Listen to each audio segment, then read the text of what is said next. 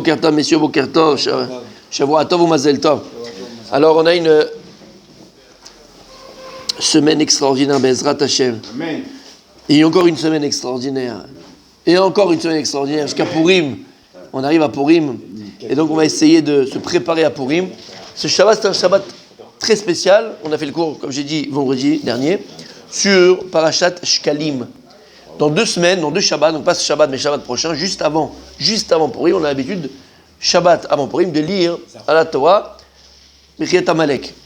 La mitzvah que l'on a d'effacer le souvenir d'Amalek de la surface de la terre. Ce Shabbat-là, il s'appelle Parashat Zachor, Shabbat Zachor. On va lire Parashat Zachor. Souviens-toi de ce que tu as fait à Amalek. Alors on va essayer de voir ensemble pour se préparer à ce Shabbat exceptionnel de Shabbat Zachor. Dans 2 Shabbats, pas celui-là, Shabbat d'après, ouais, juste avant.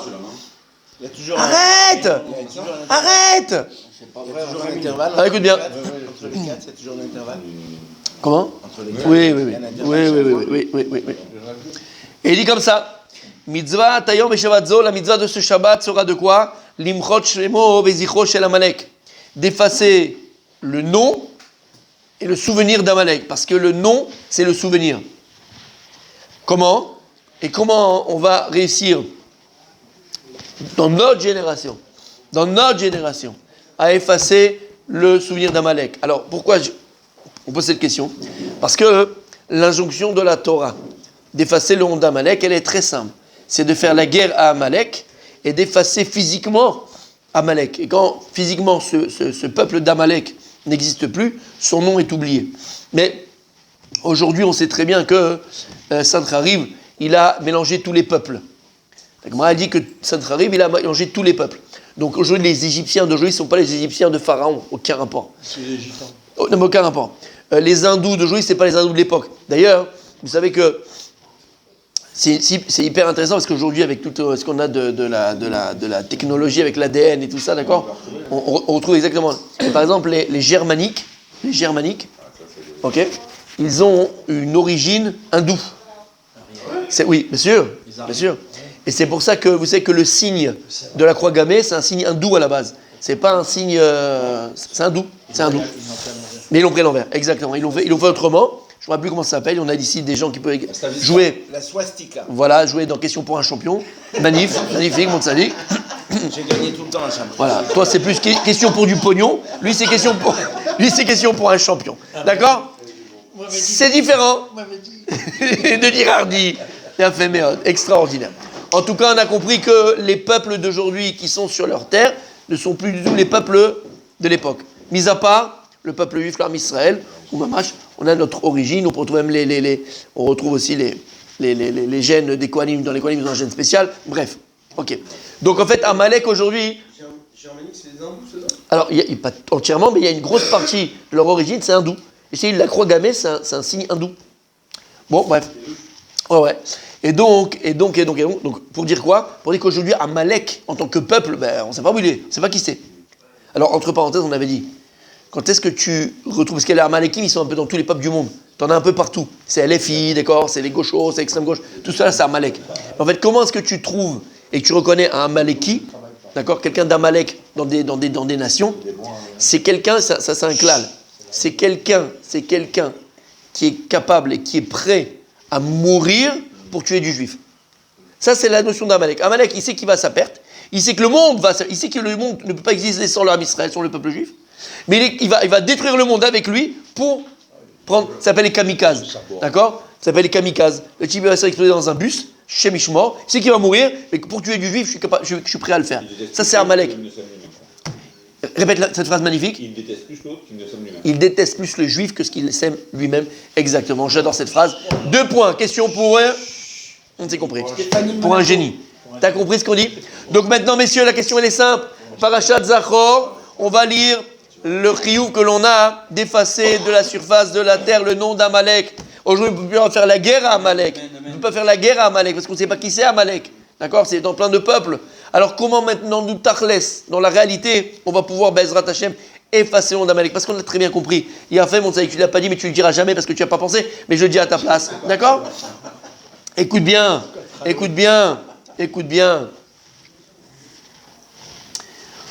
On a dit plus d'une fois, mes amis, que toute notion matérielle trouve sa source dans une notion spirituelle. C'est-à-dire qu'une chose, d'abord, elle existe spirituellement, et ensuite, elle prend un habit matériel. Comme l'amour, comme la crainte, comme Israël, comme tout. Amalek aussi, c'est d'abord une notion spirituelle. Mais cette notion spirituelle d'Amalek, c'est quoi? C'est qui Amalek? Descendant de Esav. C'est qui Esav? Ou Satan, ou Yetzera, ou Malachamavet. Amalek, c'est la notion du mal par excellence. Du mal par excellence. Du Satan, du Yetzerara. D'accord? Donc la notion d'Amalek, c'est ça. Alors comment, dans notre génération, parce qu'en vérité, avant d'effacer le nom physique, d'accord, d'Amalek, il faut d'abord effacer son nom spirituel.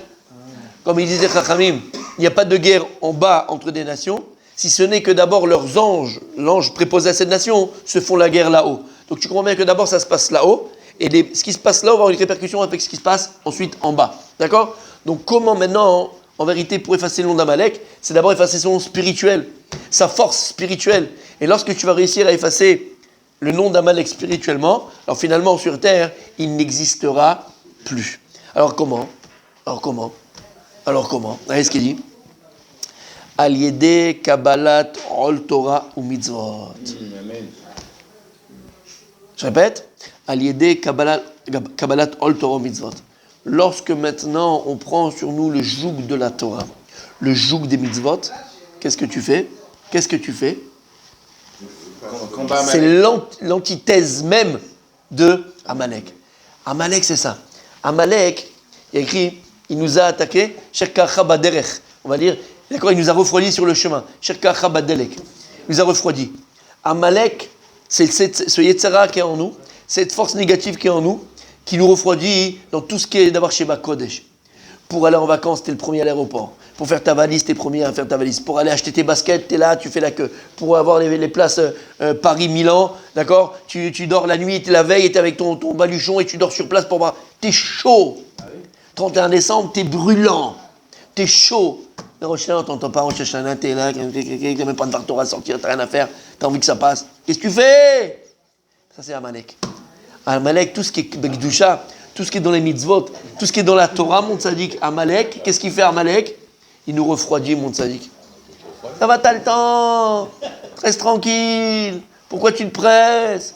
Ça ne sert à rien. Il te refroidit. Effacer le Amalek spirituellement, c'est prendre sur le joug de la Torah et le joug des mitzvot. Il y avait un chassid agadol, Mefursam, Rabbi Zalman Brezel. Et une fois, il était au Zecher Tzaddik Shuvracha. Et une fois, hein, il est parti au mikvé, et en sortant du mikvé, il remettait ses chaussures, et quand il mettait ses chaussures, en mettant ses chaussures, il dit « Il marchait mauvais zichro, il marchait mauvais zichro, il marchait mauvais zichro ». Que soit effacé, d'accord, il marchait mauvais zichro, que soit effacé son souvenir, que soit effacé son souvenir, c'est marché mauvais zichro, chez Michimon, d'accord. Et puis il y avait un type qui était là-bas au mikvé, il connaissait le tzaddik, le chassid gadol. Non, il a dit, putain, il a dû se suicider avec quelqu'un et tout, mais que lui, il dise comme ça sur quelqu'un, il marche mauvais zichro, comme ça. Il se lâche comme ça et tout. Il a pris, il est parti le voir. Il a dit, Rabbi Mechila, tout ça, quelqu'un, il t'a fait vraiment quelque chose d'aussi mal, quoi. Quelqu'un, il t'a fait vraiment quelque chose de pas bien comme ça et tout, pour que tu marches mauvais zichro. Alors il a souri, le Rav, il lui a dit, non, pas du tout. Il lui a dit, tu sais qu'il y a un Shulchan Aruch même, pour savoir comment tu mets tes chaussures. Donc là, il était en train de Mekayem, le Shulchan Aruch, de savoir d'abord la droite, après la gauche, je fais les lacets gauche, après je fais les lacets droit. Il a dit, quand on fait les mitzvot, le moyen que l'on a d'effacer le souvenir d'Amalek, c'est de prendre sur nous le rôle des mitzvot. Alors quand je dis, il marche chez Mozicho, de qui il parlait? D'Amalek. Il marche chez Mozicho, il parle d'Amalek. Et en vérité, de ça, on apprend, qu'à chaque fois qu'on est Mekayem une mitzvah, il faut Mekayem la mitzvah d'abord, même si tu la kiffes, hein, même si c'est maintenant quelque chose on va dire, d'agréable pour toi, exactement, c'est une mitzvah, voilà. Même si elles n'ont pas été données pour qu'on en profite, les mitzvot. Alors toi, tu le fais, Bémet, Bessimcha, Béhava, tout ce que tu veux. Malgré tout, il faut que tu gardes cette conscience et cette kavana de le prendre, le hol Torah, le hol de la mitzvah. Et de penser à ce moment-là que la mitzvah que tu vas accomplir maintenant avec le hol, avec le joug, d'accord, de Dieu que tu as sur toi, ça efface le souvenir d'Amalek sur terre. Vous avez dit, c'est quoi? C'était droite, gauche? C'est pas gauche, chaussure gauche? Non, on met la droite, on met la gauche, on fait le lacet gauche, et après on fait le lacet droit. S'il y a des lacets. S'il y a des lacets. Hein? Et les enlever, c'est là. Ouais, tu me fais un. C'est à l'envers, lui, c'est Ashkenaz. Ah, même pour les enlever? Mais oui. Ok. Allez, messieurs, on continue. On n'a pas beaucoup de temps, on a une Gemara à commencer. Allez, écoutez bien maintenant. Achen, Agam Shiefshar Lekayim Mitzvah Mechiat Amalek Bepoal Mamash Eder Rigat Zecher Amalek. Comme on a dit, c'est impossible aujourd'hui de Et Mekayem, d'accomplir cette mitzvah-là, d'accord, d'effacer en faisant la guerre à Amalek. On ne sait pas c'est quoi ce peuple. Ceux qui veulent Miou. Oui, mais on ne sait pas qui c'est vraiment. Miou Yadoua Mipin Besou. Alors, il dit comme ça, hein, que la Mechiat Amalek, d'accord, Moutelet Alkol Echad Vechad, elle incombe à chaque juif et chaque juive, d'accord, de son vivant lui-même, d'effacer le souvenir d'Amalek. Alors, il dit, écoutez bien. Il y a plusieurs choses qu'on doit accomplir pour faire en sorte que ce nom soit effacé. Et que Bezrat Hashem, par cela même, alors le nom de Dieu, Yud Kevavke, le tétrame, soit complet et entier. Et ce sera la Géoula. Ou même Barou Bezrat Meton Divarino. Alors il dit maintenant, Biktsara, je vais te dire quelque chose, qui font que on va réussir à effacer le nom d'Amalek spirituellement. Premièrement, les bal ityaesh adam echol matzav kize tarbulato chez l'Amalek les fatot et adam chez lo od takana. Premièrement, puisqu'on sait qu'Amalek c'est le Satan, c'est El Sarara, et c'est comme ça qu'Amalek il nous casse, alors toi tu vas le contrer et tu vas le combattre. Premièrement, ne jamais désespérer. Et dans n'importe quelle situation. Ne pas se laisser embrouiller par Amalek. Amalek, il est là à l'intérieur de toi. Et des fois, tu es en situation, soit des situations financières, soit des situations de santé, soit des situations amoureuses, des situations familiales, des situations sociales, et tu te dis que c'est compliqué, c'est difficile, je ne vais pas m'en sortir, je n'ai pas la solution, ça va pas passer cette fois-ci. Habibi, Al Tityaesh. Le Yehush, c'est Amalek. Le désespoir, c'est Amalek. Et lorsque tu te renforces, Behemet, et tu ne tombes pas dans le désespoir, quelle que soit la situation dans laquelle tu te trouves, tu repousses et tu effaces la force d'Amalek. Donc ça, c'est petit 1. Ça va? Ça ne te dérange pas? Tout va bien? Deuxième. Leitrazek be'emuna bakadosh baruch hu. Amalek, tout son travail, c'est nous empêcher de croire en Dieu. D'où on voit ça, Rabbi Julien? D'où on voit ça? Je sais pas, alors dis pas. Attends, je vais te répondre, tu vas voir. Vas-y. On voit que Amalek, c'est anti-Mouna. On voit qu'Amalek, Il gagne du temps là. Il a fait plus À l'italienne.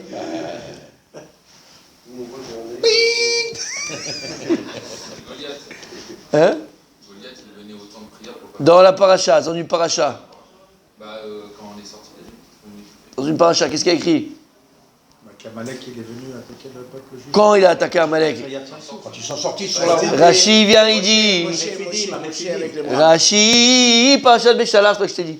La fin de Béchalach, Rashi vient, il dit, pourquoi il juste apposé le fait que les Bnei Israël, ils se sont plaints à Moshe Rabbeinu, et tout de suite après, il arrive à Amalek et la reine Israël. Qu'est-ce qu'ils ont dit? Ils ont dit à Moshe Rabbeinu.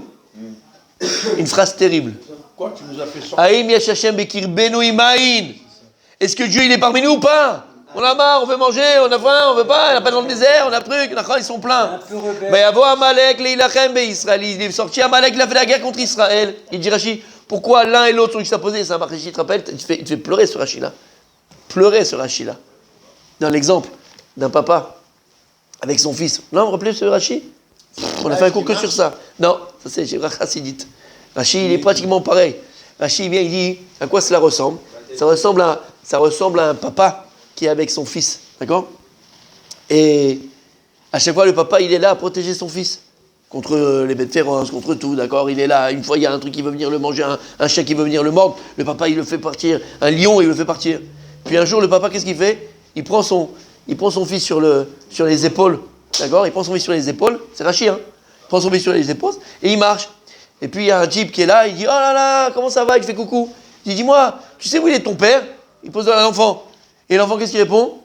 Il dit non, je sais pas. Et là, le père, il dit quoi?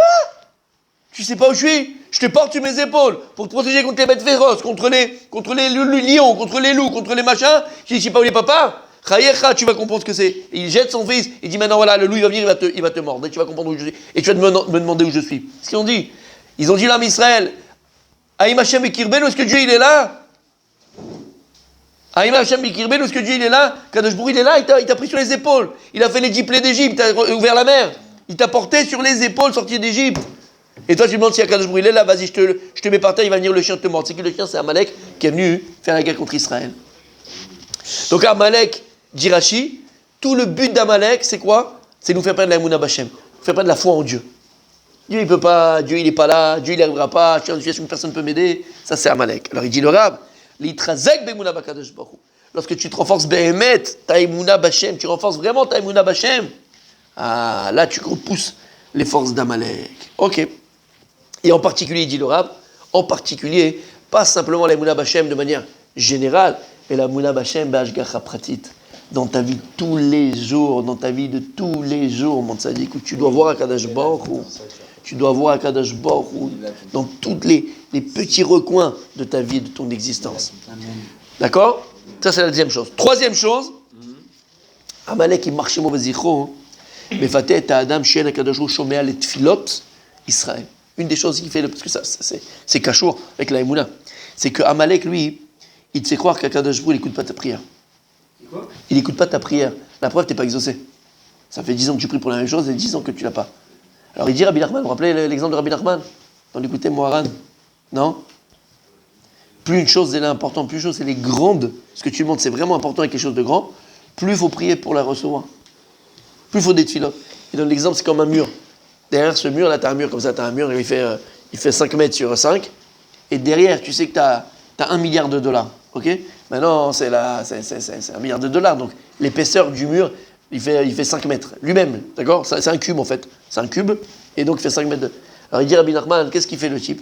Il vient, hein, ok, il te dit, mais vas-y, on te donne une cuillère, il te dit, vas-y, commence à gratter, il faut arriver de l'autre côté. Alors ce jour-là, il arrive, le premier jour, il arrive, qu'est-ce qu'il fait? Il va sur le petit coin là-bas, il dit, là-bas c'est plus facile, il commence à gratter. Premier jour, combien il a fait? Il a réussi, en un jour, il a fait quand même 20 cm. C'est beau, c'est magnifique, c'est pas mal.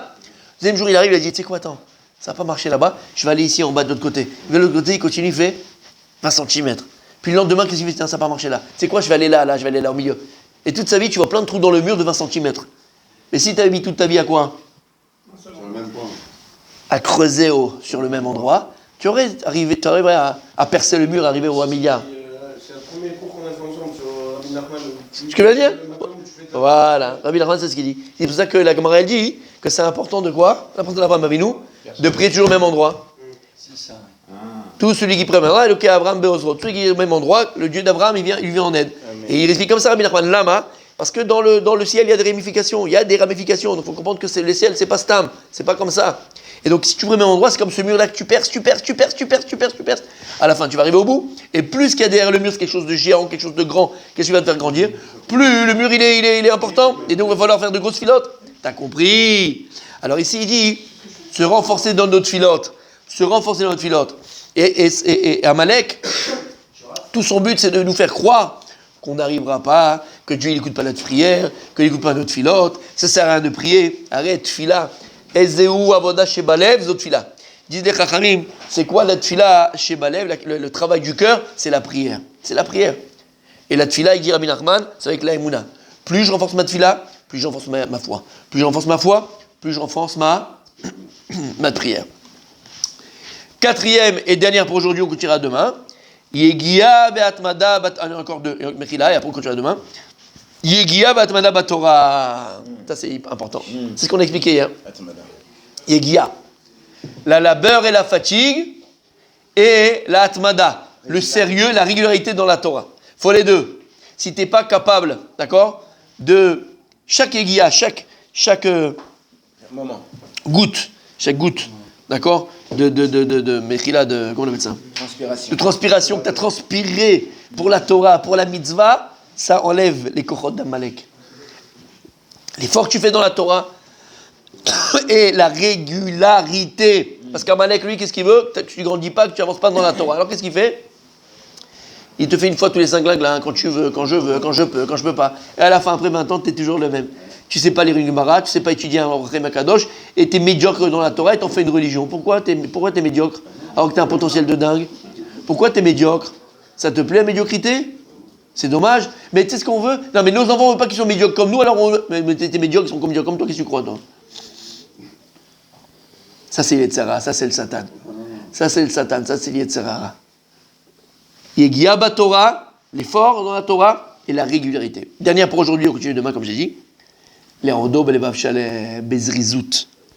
C'est servir à Kadosh Baruch de tout son cœur, Bezrizout. On arrive à Pesach, Bezrat Hashem. C'est ça, Pesach. D'accord? Lo lachmitz et tamatza. Lo lachmitz et tamatza. Avec compressement, avec engouement, avec. D'accord? Et pas à traîner la patte, traîner le. Mais lo litrotchum mitzvah les machar. Et ne repousse aucune mitzvah à demain.